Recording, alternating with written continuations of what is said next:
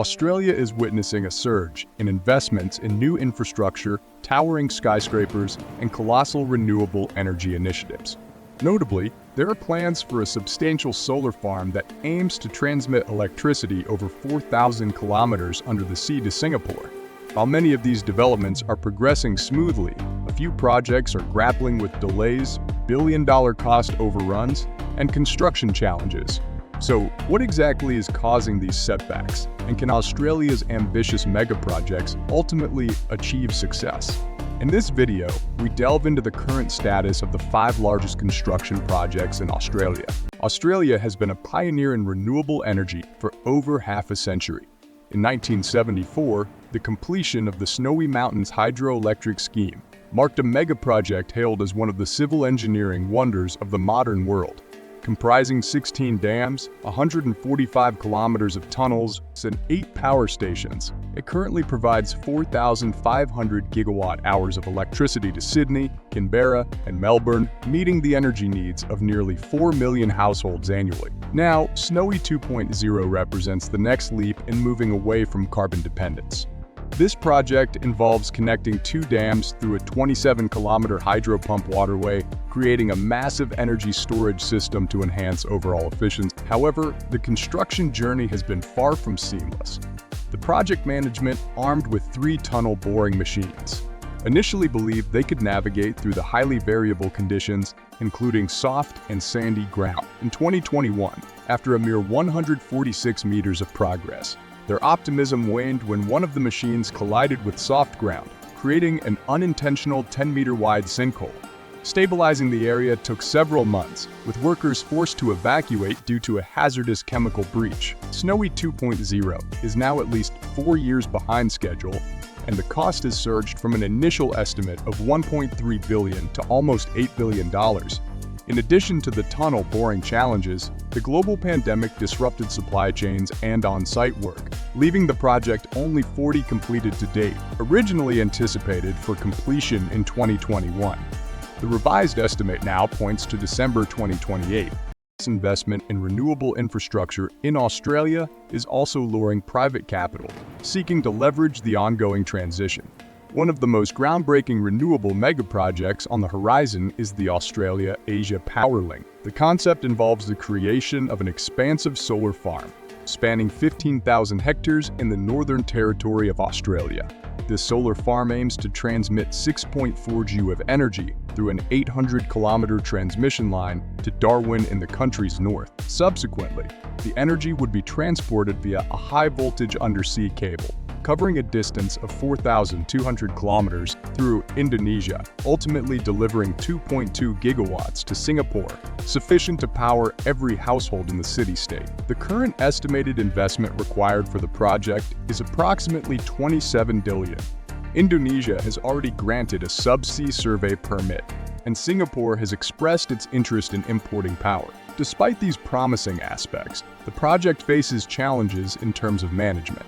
The company responsible for the proposal, Sun Cable, was originally jointly controlled by 2 Australian billionaires. However, due to a disagreement between the partners, negotiations reached an impasse. Sun Cable has since been taken over by the investment group Grok Ventures, affiliated with one of the partners, which has committed only $43 in funding thus far. Sydney Metro is in the midst of a significant overhaul, introducing 4 new lines that will interconnect the northwest, southwest, and greater west areas of the city.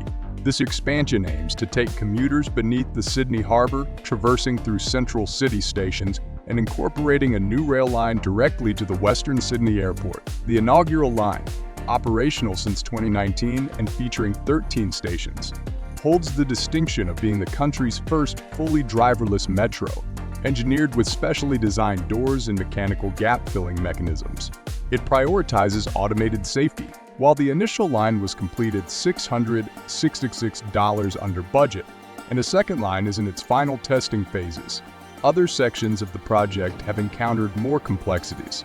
Particularly noteworthy is the Sydney Metro West Line, which has surpassed its budget by an additional $8 billion. The government has initiated a second independent review to understand the reasons behind the substantial budget overrun, and there is speculation about the possibility of canceling the entire line. The Sydney Metro West project has become a political focal point during election campaigns, with the Premier facing pressure to construct in a bid to keep pace with inter-city competition. Melbourne is taking a bold step by embarking on an extensive transportation initiative of its own, the Suburban Rail Loop. This megaproject stands as one of the most ambitious endeavours in Australian history, aiming to connect the east, west, and north of Melbourne through a 90-kilometre orbital rail system. Similar to the Sydney Metro, the Suburban Rail Loop will feature automated, high-speed trains operating predominantly underground. The first stage, known as SRL East, is already in progress.